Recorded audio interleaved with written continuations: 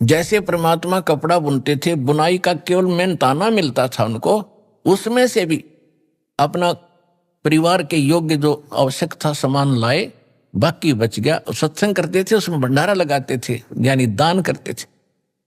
और फिर ये दिखाया परमात्मा ने कि कल्पे कारण कौन है, कर सेवा निकाम, निष्काम भाव से भक्ति कर मेरी, और मन इच्छा फल देऊंगा जो पड़े मेरे तक काम।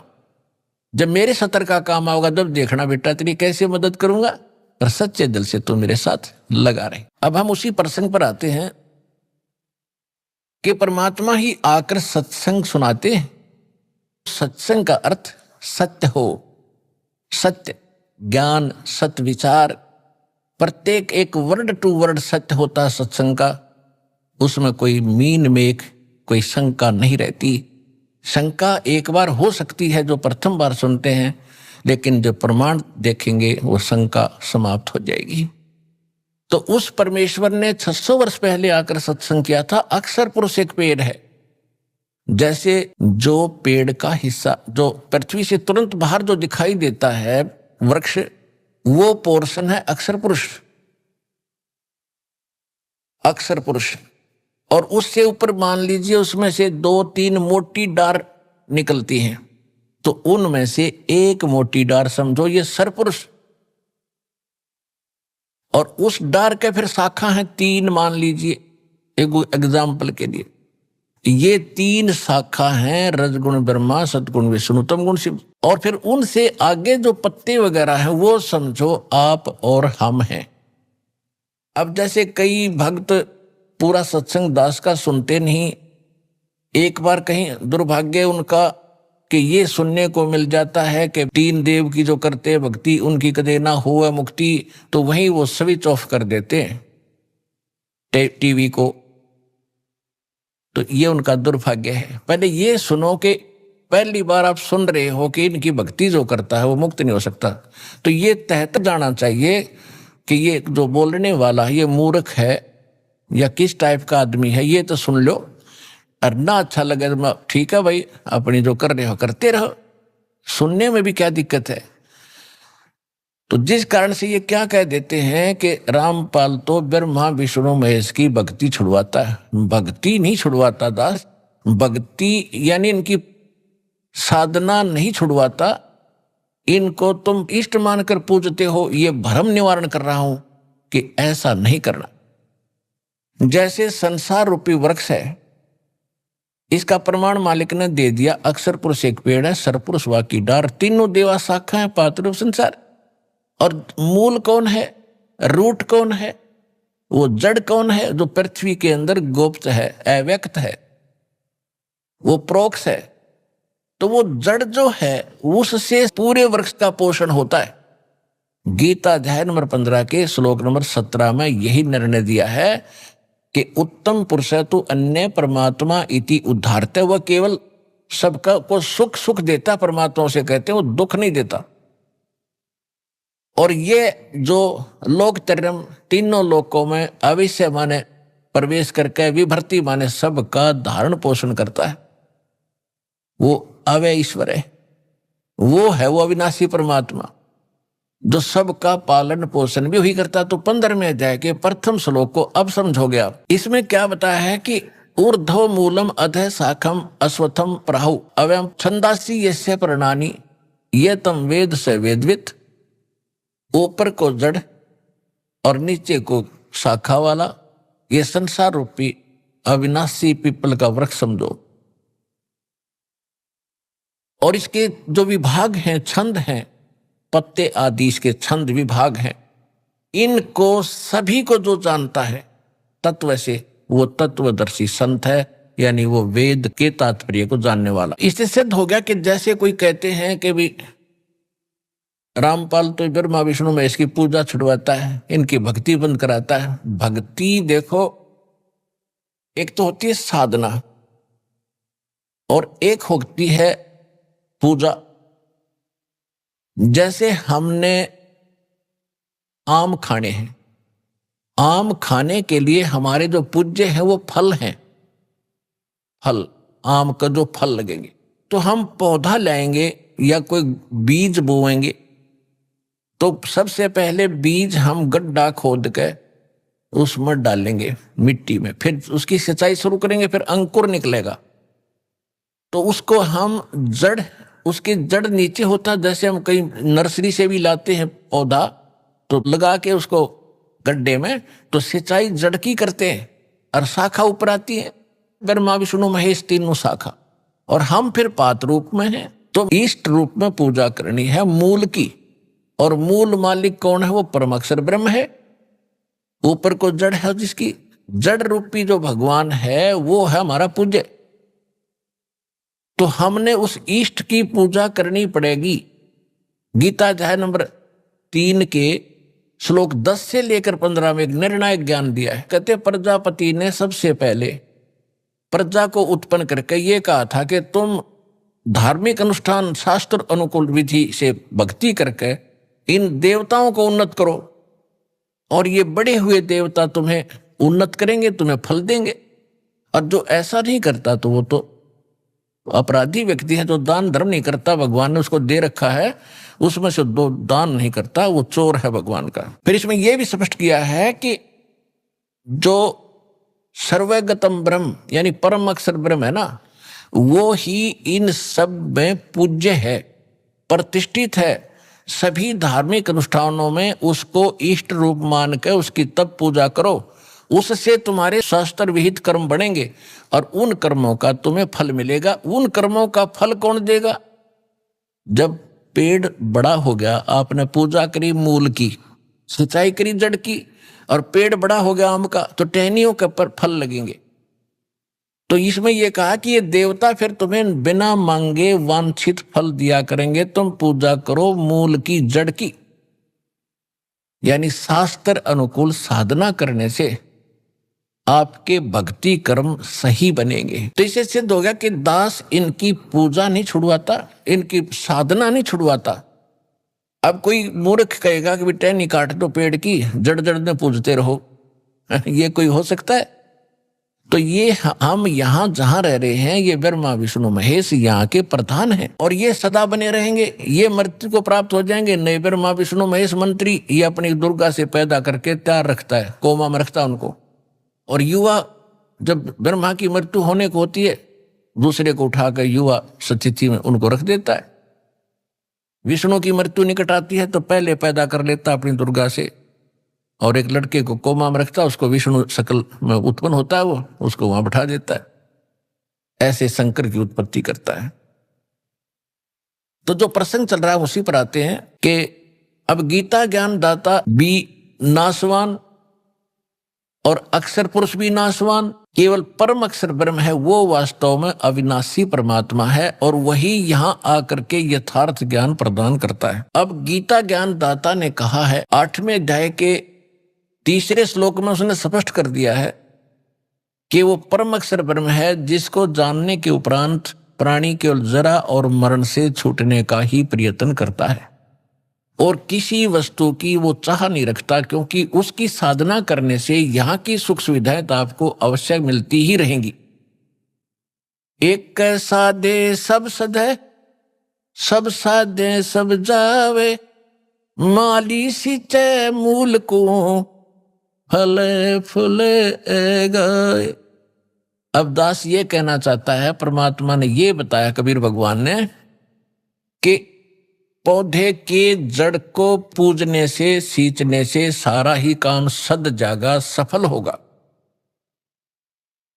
एक कै साधे सब सदे, और सब साधे सब जावे। तो परमात्मा ने ये बताया था कि आप जी ब्रह्मा विष्णु महेश को इष्ट मानकर इनकी पूजा करने लगे, तुमने मूल की पूजा त्याग दी, जो भगवान पूर्ण है। वो स्वयं यहाँ पे अपनी महिमा आप बताने आते हैं, और तो सत्य कोई ज्ञान रख ही नहीं सकता। तो उन्होंने क्या बताया है कि तुम ऐसे करो, इन ब्रह्मा विष्णु महेश को पूज रहे हो, ऊपर को जड़ कर ली, टहनी गाड़ दी गमले में यानी गड्ढे में, तो तुम्हारा भक्ति रूपी पौधा यानी धार्मिक, तो तुम्हारे शुभ संस्कार भक्ति कर्म के वो नष्ट हो गए, वो कामयाब नहीं होते, तुम्हारा जीवन नष्ट हो जाता है। जैसे टहनी गमले में गाड़ने से और मूल जड़ ऊपर करने से पौधा नष्ट हो जाता है। ऐसे आपकी शास्त्र विधि ताकर मनमाना आचरण करने से आपकी भक्ति नष्ट हो जाती है। श्रीमद् भगवद गीता अध्याय नंबर 16 के श्लोक 23 और 24 में स्पष्ट किया कि जो शास्त्र विधि को त्याग कर मनमाना आचरण करते हैं, मनमानी पूजाएं करते हैं, जो शास्त्र विहित नहीं है, शास्त्रों में वर्णित नहीं है, तो उनको न तो सुख होता है, न कोई सिद्धि प्राप्त होती है, और न ही उनको परम गति होती है। और इन तीन वस्तुओं के लिए ही हम भक्ति करते हैं कि यहां भी हमें राहत मिले, हमारे अंदर परमात्मा की ऐसी ताकत आवे, सिद्धि हो, ताकि हम यहां से चलें जब सतलोक सीधे जाएं, को रोक ना सके, हमारी गति हो। और यहां पर भी क्योंकि भगवान की भक्ति से हमारे अंदर सिद्धि आ जाती है, जो किसी भूत प्रेत पितर देव का कोई प्रकोप हम पर असर नहीं करता है। तो वो सिद्धि इसलिए हमारे अंदर संग्रहित रहनी चाहिए, हम उसको दुरुपयोग करते रहे, दुरुपयोग करके हम मोक्ष से वंचित हो जाते थे। तो इसलिए हमने अपना टायर पंचर करना नहीं है। कैसे करते रहे? थोड़ी बहुत कोई जंतर मंतर किया, किसी को आशीर्वाद दे दिया, किसी को बद्दुआ दे दी, तो दोनों से आपकी वो भक्ति जो सिद्धि है आपके अंदर वो खत्म होने लगी। यहां प्रभुता तो खूब हो जाती है ऋषि महर्षियों की, लेकिन भविष्य उनका माइनस हो जाता है। तो यह बताया है कि जो शास्त्र को साधना करते हैं उन्हीं को सब सुख प्राप्त होता है। और उसके लिए गीता अध्याय नंबर 16 के श्लोक 24 में यह भी स्पष्ट कर दिया कि शास्त्र ही इसका आधार मानना, कौन से भक्ति क्रम करने योग्य हैं, कौन से ना करने योग्य। तो शास्त्र यानी सदग्रंथ कौन से हैं? फिर दास बहुत बार आपको बता चुका है, फिर भी बताते रहते, क्योंकि नए नए भक्त आते हैं और ये परमात्मा की महिमा पुराणों को भी सुननी पड़ती है। पुराने जो ओल्ड भक्त हैं, बहुत पहले के लगे हुए हैं, उनके लिए भी ज्ञान सुनना अनिवार्य है, क्योंकि उसको ज्ञान यज्ञ का लाभ मिलता है। तो ये कौन से सदग्रंथ प्रमाणित है हमारे लिए? वैसे तो सभी धर्मों के जो सदग्रंथ हैं वो आदरणीय हैं, जैसे 3 पुस्तकों का, 3 किताबों का संग्रह बाइबल, जैसे जबूर, तौरात और इंजिल का संग्रह, तीनों का ये बाइबल है।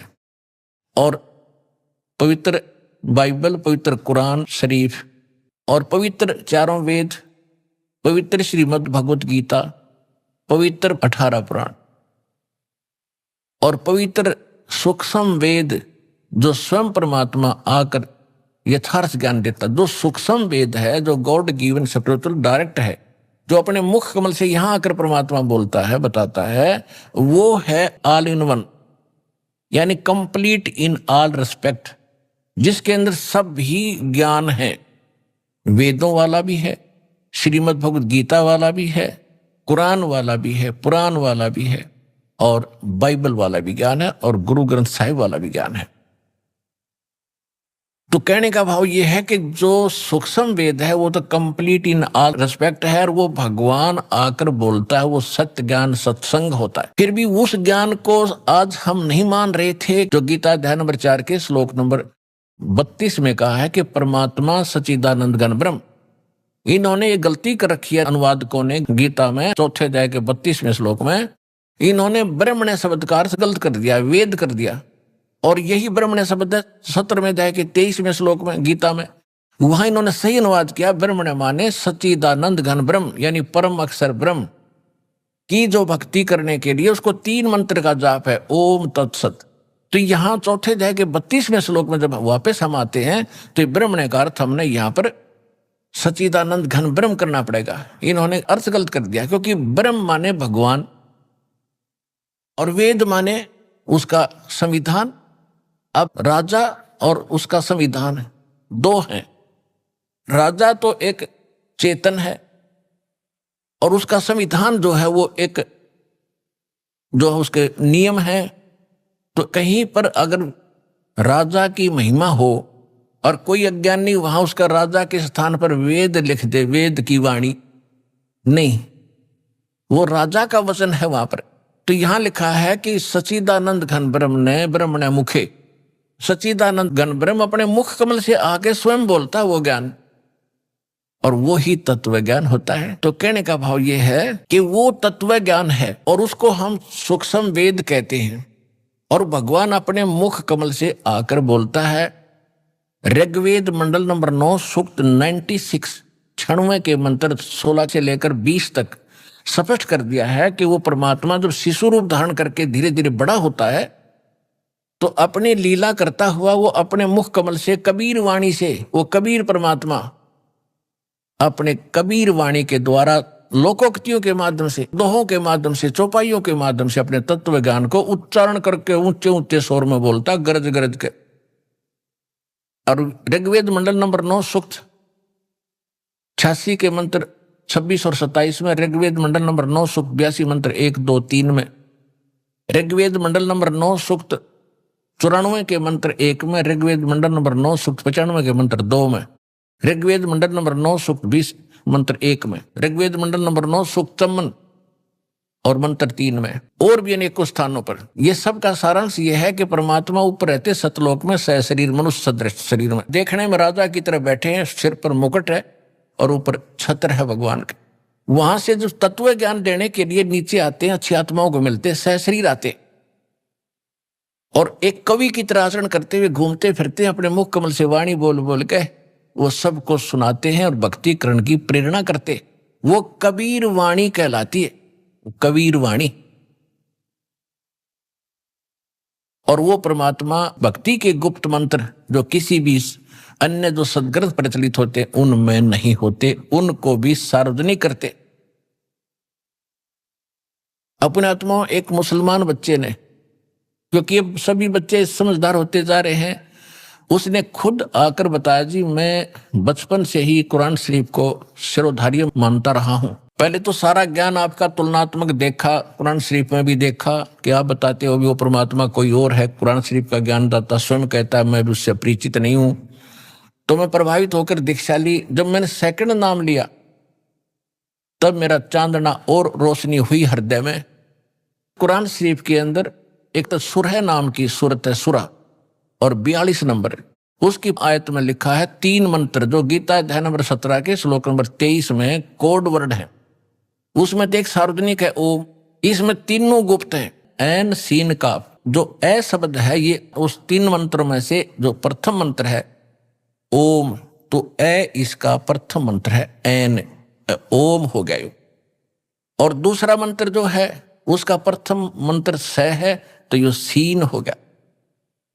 और तीसरा सार शब्द कुरान शरीफ का ज्ञानदाता भी ब्रह्म है, उस तौरात इंजिल और जबूर का ज्ञान देने वाला भी वो ब्रह्म ही है, और गीता का ज्ञान देने वाला ब्रह्म है। क्योंकि इसने जो गीता का ज्ञान पहले दे दिया तो उसने अधिक ज्ञान देने की आवश्यकता नहीं समझी। अपने मोटा मोटा विधान जो भी इसने भ्रमित करना था, जैसे करना था, अपना यो डंगा चलाना था, वो चलवा दिया। तो गीता में यो बहुत पहले ज्ञान बोल चुका था और वेदों का ज्ञान पहले सार्वजनिक हो चुका था। तो कहने का भाव दास आपको ये बताना चाहता है कि ये जो सदग्रंथ अपने हैं, अब इनमें सबसे मूल है वो तत्व ज्ञान जो भगवान स्वयं आकर बताता है।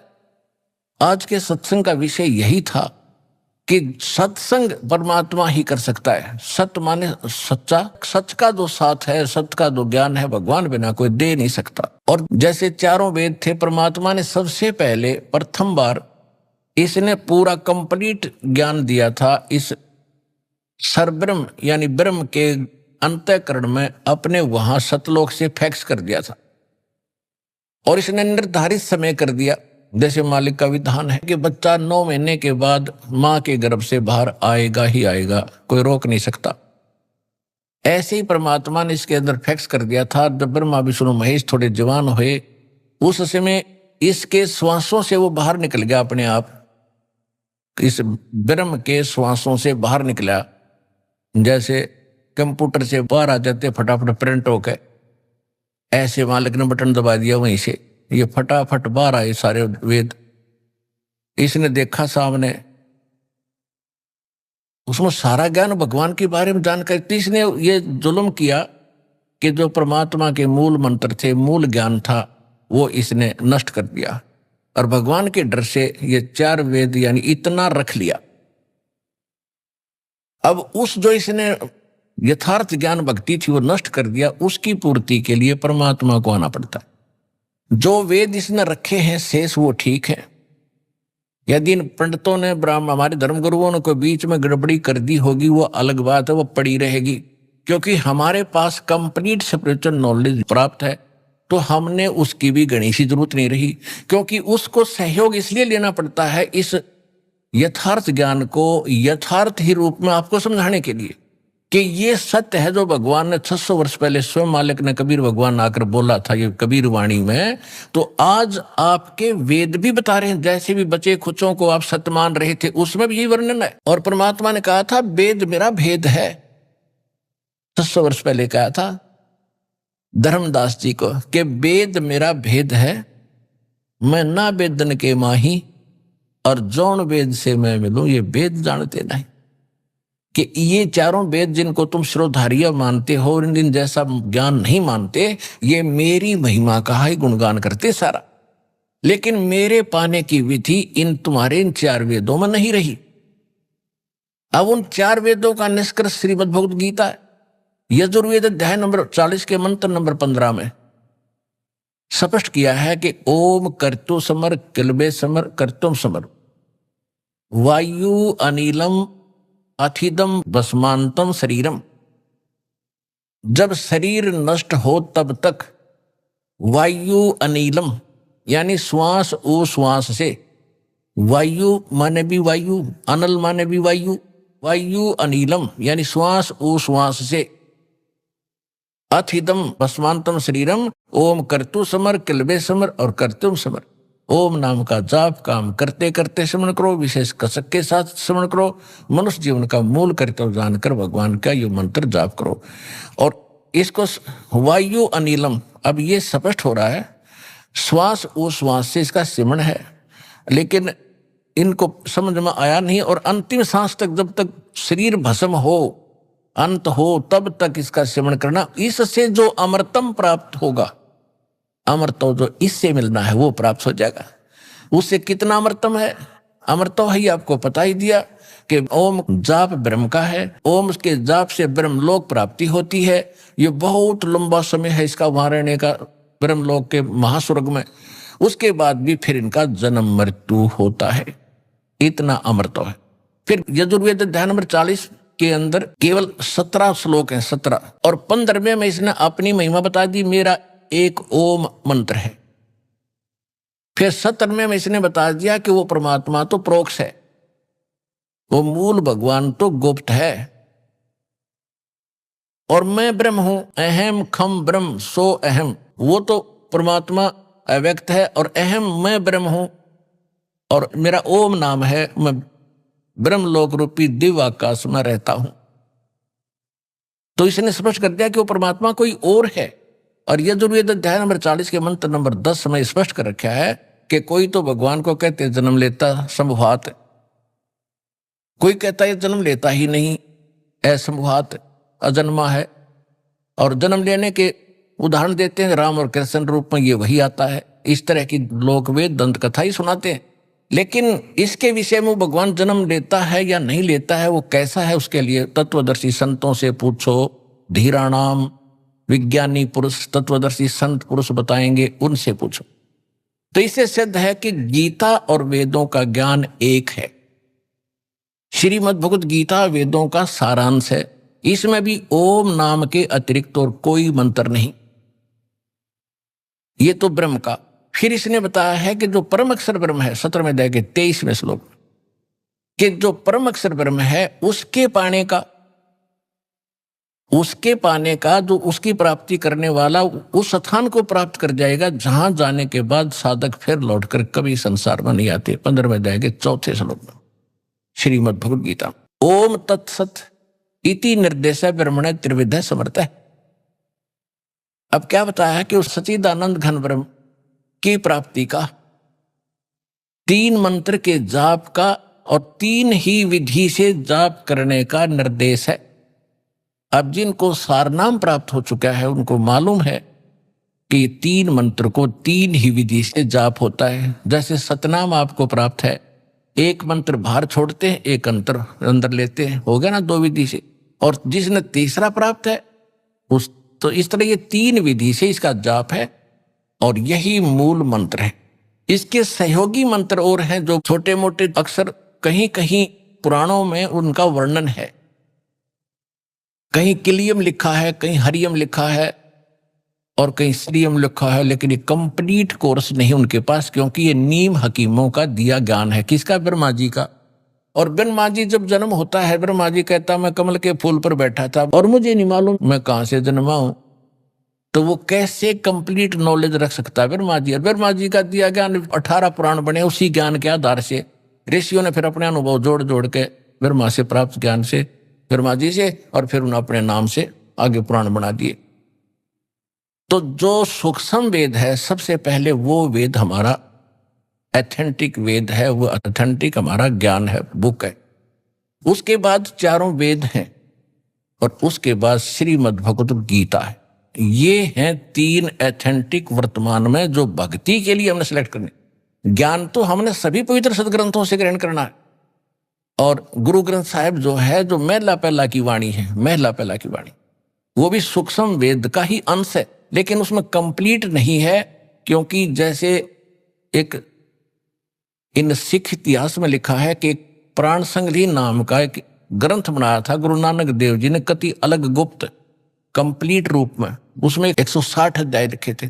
तो जब गुरु ग्रंथ साहिब को इकट्ठा करने लगे, सब वाणियों की एक बीड बनाकर गुरु ग्रंथ साहिब का रूप देने लगे, 5 में जो महापुरुष थे अर्जुन देव जी, तो उन्होंने जब उस को देखा तो उसमें से केवल 60 अध्याय रखे, उसमें से एक भी नहीं लिया इसमें, वो तो छोड़ दिया कति सारा ही। तो उसमें से भी फिर बाद में जो प्रिंट हुए, केवल 60 अध्याय ही प्रिंट हुए हैं, जो प्राण संगली नाम से आज भी सुरक्षित है सिखों के पास।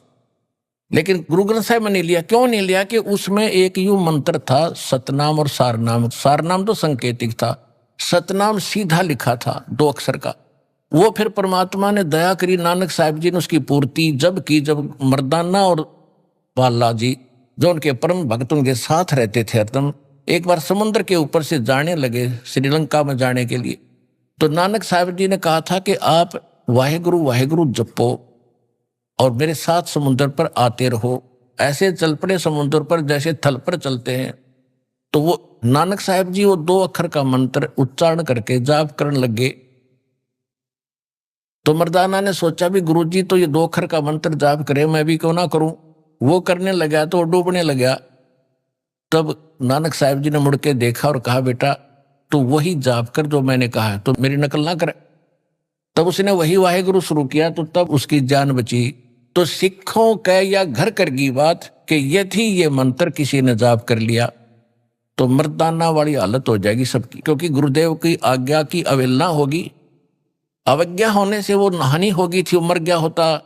इसलिए कोई सिख बच्चा इस मंत्र का जाप ना करके गुरु नानक साहिब जी के वचनों की अवहेलना करके दंडित ना हो जा, दोषी ना बन जा, इसलिए इन्होंने इस मंत्र को लिया नहीं।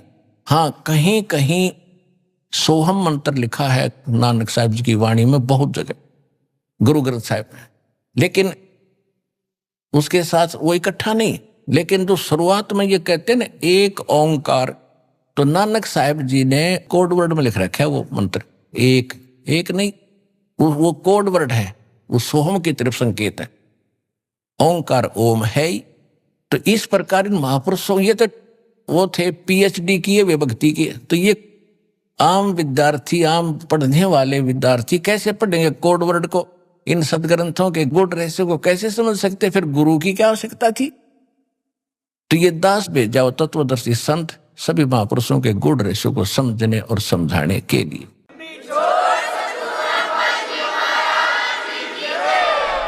अभी आपने सुने संत रामपाल जी महाराज के मंगल प्रवचन।